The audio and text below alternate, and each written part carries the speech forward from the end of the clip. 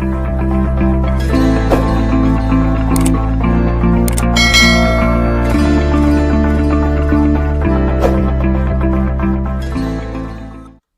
pukul 6 waktu Indonesia Barat.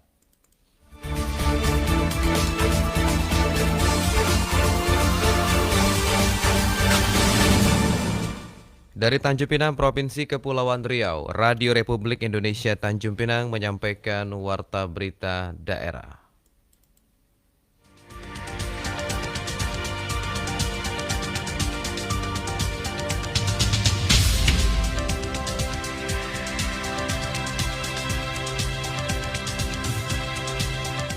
Kekuatan APBD semakin terbatas, Pemko Tanjung Pinang belum bisa memastikan bantuan sosial lanjutan bagi masyarakat yang terdampak COVID-19.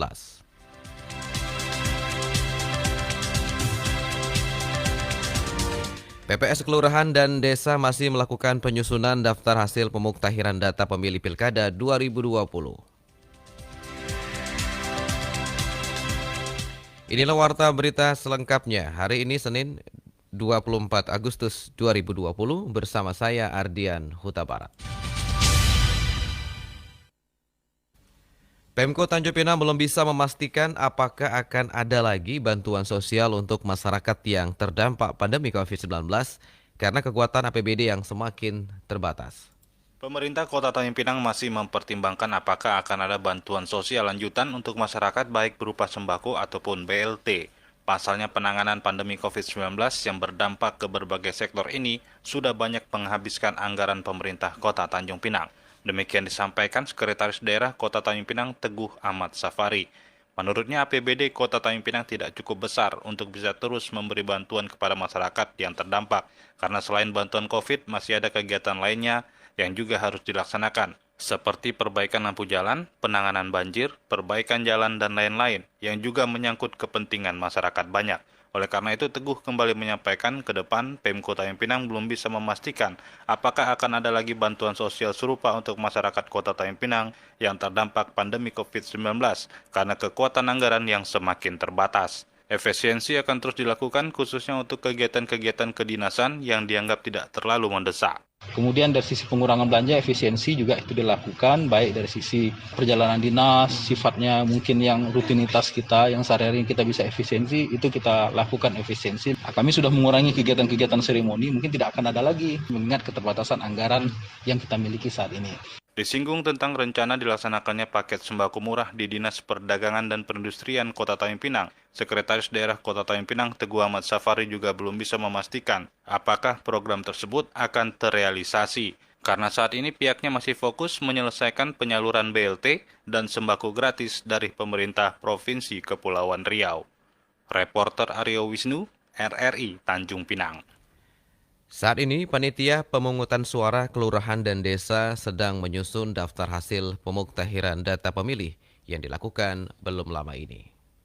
Pelaksanaan coklit daftar pemilih telah berjalan dan selesai pada 13 Agustus lalu. Hasil coklit juga sudah diserahkan oleh seluruh panitia pemutahiran data pemilih kepada panitia pemungutan suara yang ada di kelurahan dan di desa.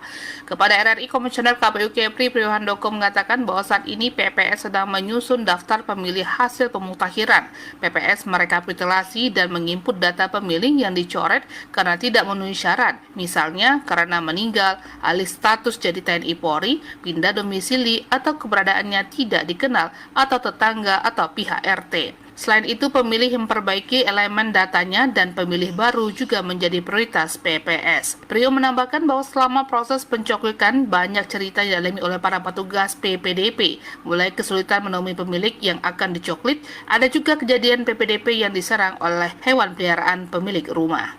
Hasil coklit dari petugas pemutahiran daftar pemilih atau PPDP itu sekarang sudah di tangan PPS di kelurahan desa. Nah, data itu nanti akan direkap oleh PPS untuk diolah menjadi daftar pemilih. Kalau ditanya kendala, ya karena ini proses untuk memfaktualkan data pemilih ini melibatkan masyarakat, kemudian PPDP langsung melakukan coklit dengan mendatangi rumah warga satu persatu, tentulah pasti ada cerita-cerita yang mewarnai proses coklit itu. Misalnya ada kejadian uh, pemilik rumah sudah didatangi 3 sampai 4 kali oleh PPDP, masih belum bisa juga ketemu, rumahnya selalu kosong. Ada juga yang kejadian misalnya PPDP kami digigit anjing ketika hendak melakukan coklit di rumah salah satu warga. Tapi alhamdulillah warga yang pemilik anjing itu bertanggung jawab secara penuh, bahkan mengantarkan PPDP kami sampai ke rumah sakit. Lebih lanjut dikatakannya bahwa proses ini sesuai tahapan dikerjakan hingga 29 Agustus 2020. Setelah itu akan dilanjutkan dengan pleno terbuka secara berjenjang. Proses rekapitulasi ini berjenjang dari bawah. Jadi kita belum bisa merilis misalnya berapa sih jumlah pemilih kita ya untuk daftar pemilih sementara nanti berapa, kita belum bisa merilis itu karena memang prosesnya masih berjalan ini. Penyusunannya masih berjalan sampai tanggal 29 29 Agustus. Nah, nanti baru pleno di tingkat kelurahan itu. Kepada 4.091 petugas PPDP yang sudah menjalankan tugasnya mencoklik sekitar 1,3 juta warga Kepri, dirinya mengucapkan terima kasih karena sudah menjalankan tugas dengan sebaik-baiknya. Reporter RRI, Erita Fitrensani melaporkan. DPD 2 Partai Golkar Kabupaten Bintan siap memenangkan kader terbaik partai yang diusung dalam pemilihan kepala daerah serentak pada 9 Desember 2020 mendatang. Terbentuknya kepengurusan DPD 2 Partai Golkar Bintan yang baru hasil musyawarah daerah musda kedua dalam pemilihan Ketua DPD 2 Golkar Bintan diharapkan membawa semangat baru untuk memajukan partai berlambang pohon beringin ini ke depan lebih baik. Ketua DPD 2 Golkar Bintan Vivian Sumanti yang baru saja terpilih mengatakan siap memajukan dan melanjutkan kinerja Partai Golkar yang sebelumnya dipimpin oleh Nesar Ahmad. Untuk itu masing-masing kader partai diharapkan menunjukkan kinerjanya dengan baik agar bermanfaat bagi masyarakat. Kemudian menunjukkan karya nyata dalam melaksanakan apa saja yang menjadi harapan masyarakat sesuai dengan slogan partai. Program kerja yang akan kita usung ke depan adalah bagaimana Partai Golkar yang selama ini sudah di hati masyarakat terus melaksanakan kegiatan-kegiatan dengan satu doktrin yang kita kenal dari partai, yaitu karya kekaryaan. Bagaimana setiap kader, setiap insan Partai Golkar itu harus memberikan manfaat kepada masyarakat lainnya dan harus menunjukkan karya nyatanya di dalam membangun ataupun dalam bagaimana melaksanakan apa-apa yang menjadi harapan masyarakat. Jadi dengan slogan-slogan itu salah satunya adalah kami akan selalu peduli dengan program-program Golkar Pedulinya. Ya, insya Allah setiap momen-momen masyarakat akan selalu ada peran serta dari kita kader Partai Golkar. Vivian Sumanti yang sebelumnya menjabat sebagai Sekretaris DPD 2 Partai Golkar Bintan kini masuk periode ketiganya sebagai Wakil Rakyat di DPRD Kabupaten Bintan menambahkan DPD 2 Golkar Bintan siap memenangkan kader terbaiknya yang diamanahkan maju dalam Pilkada Serentak 2020. Baik itu sebagai bakal calon gubernur atau wakil gubernur Kepulauan Riau maupun bakal calon bupati atau wakil bupati Bintan, termasuk juga mengulang kembali kejayaan Golkar di Bintan. Alhamdulillah kita sudah pembentukan kepengurusan baru. Mudah-mudahan dengan kepengurusan ini Golkar tambah solid. Kerja-kerja ke depan ini tidak mudah. Apalagi dengan kontestasi politik sekarang, Partai Golkar mengusung gubernur, mengusung bupati dan wakil bupati. Nah, ini akan tentu kerja keras buat kita semua. Sementara itu, Vivian Sumanti terpilih secara aklamasi sebagai Ketua DPD 2 Golkar Bintan. Salah satu calon, Dewi Kumalasari, menyatakan mengundurkan diri dari pencalonannya pada Musda Golkar Bintan, berlangsung di kantor DPD Partai Golkar Provinsi Kepri di Tanjung Pinang, Sabtu 22 Agustus 2020. Reporter Febriansah, RRI, Tanjung Pinang. Coklit data pemilih untuk pemilihan Bupati dan Wakil Bupati Kabupaten Lingga sudah selesai 100%. Saat ini KPU Lingga tahap penyusunan daftar pemilih hasil pemuktahiran di tingkat panitia pemungutan suara atau desa.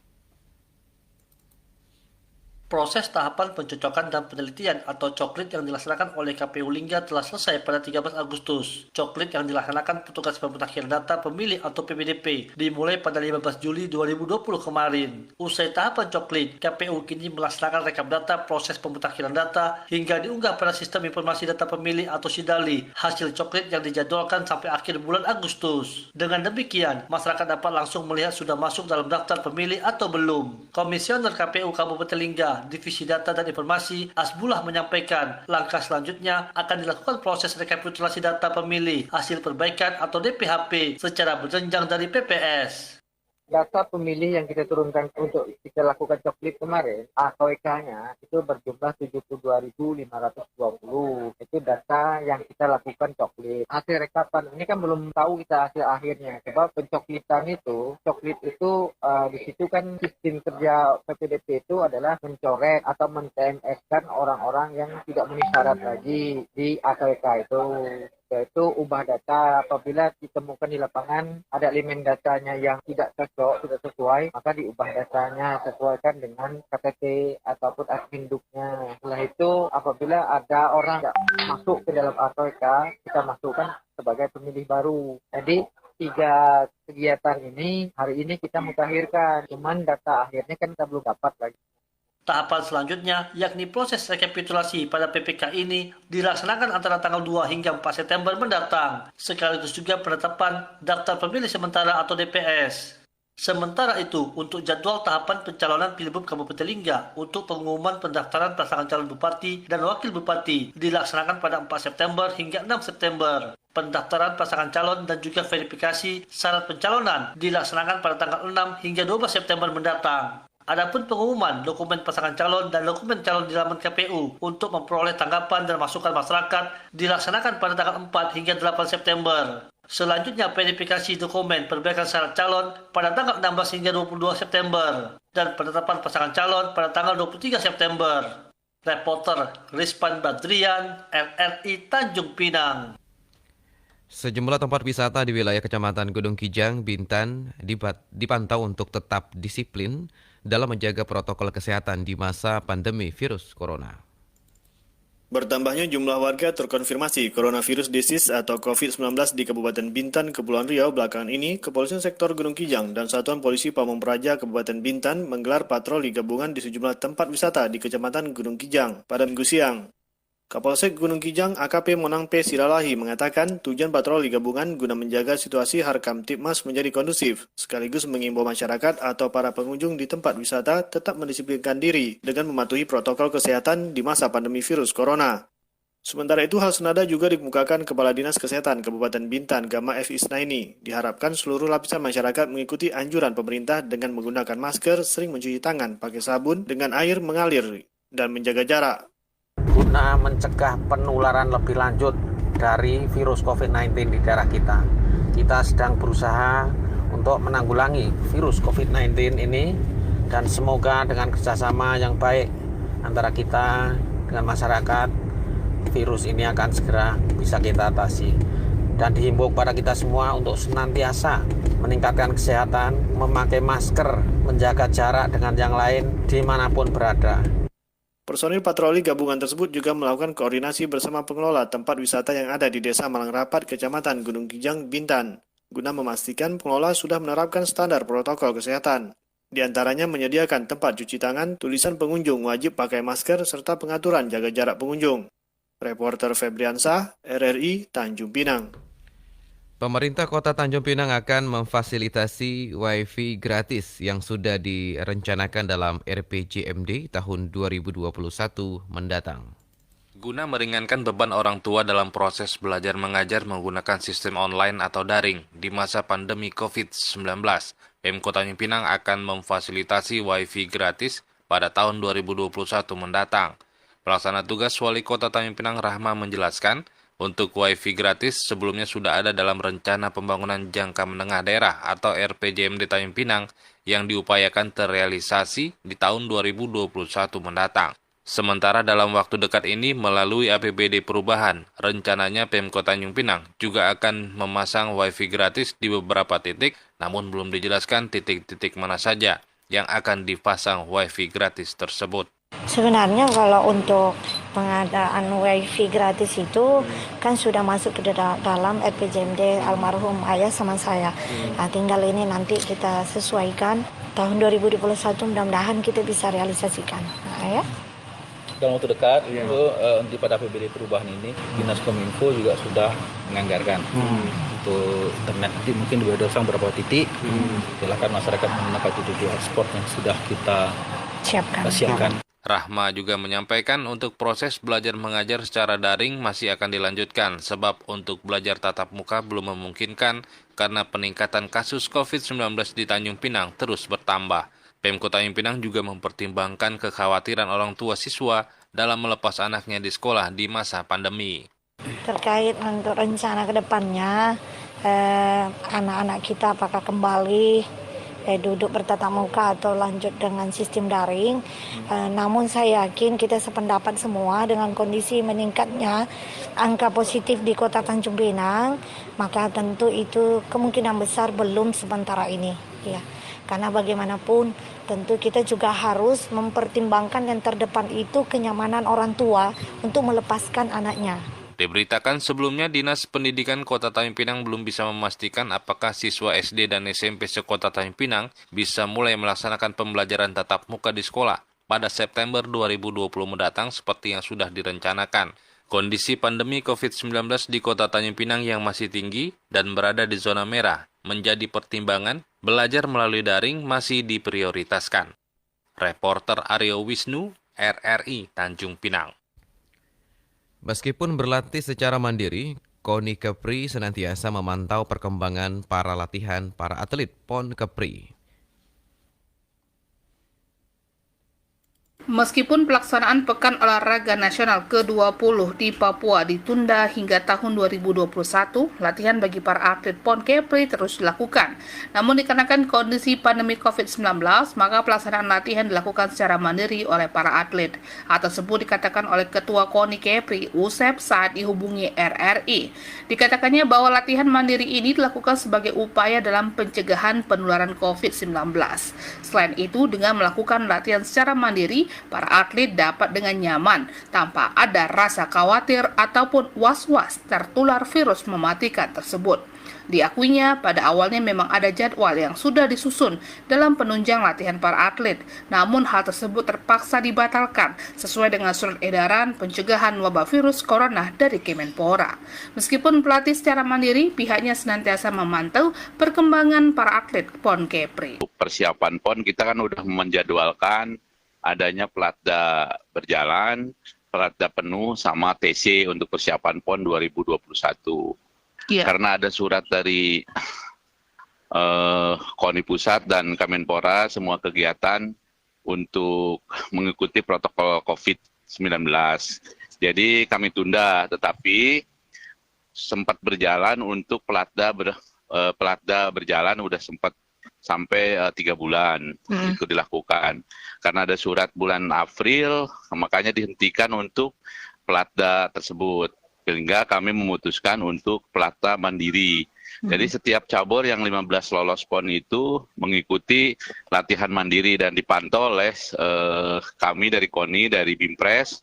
Dan ini tentu bagi atlet yang lolos PON tetap latihan secara mandiri sampai bulan Desember. Pada pelaksanaan PON Kepri ke-20 di Papua ini, kontingen Kepri telah menyiapkan keberangkatan untuk 51 orang atlet dengan 15 cabang yang diikutkan. Reporter RRI, Erita Fitra Insani melaporkan.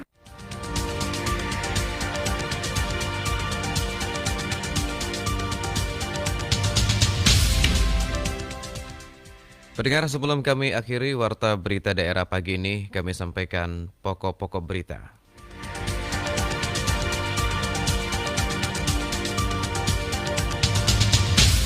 Kekuatan APBD semakin terbatas, Pemko Tanjung Pinang belum bisa memastikan bantuan sosial lanjutan bagi masyarakat yang terdampak COVID-19.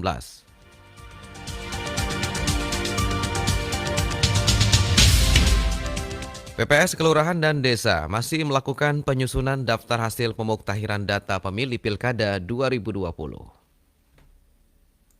Demikian rangkaian informasi yang kami kemas dalam Warta Berita Daerah pagi ini. Mewakili kerabat kerja yang bertugas, saya Ardian Huta Barat mengucapkan terima kasih atas perhatian Anda.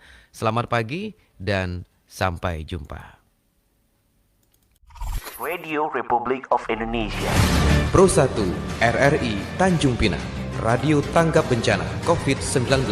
Indonesia, tatanan kehidupan baru.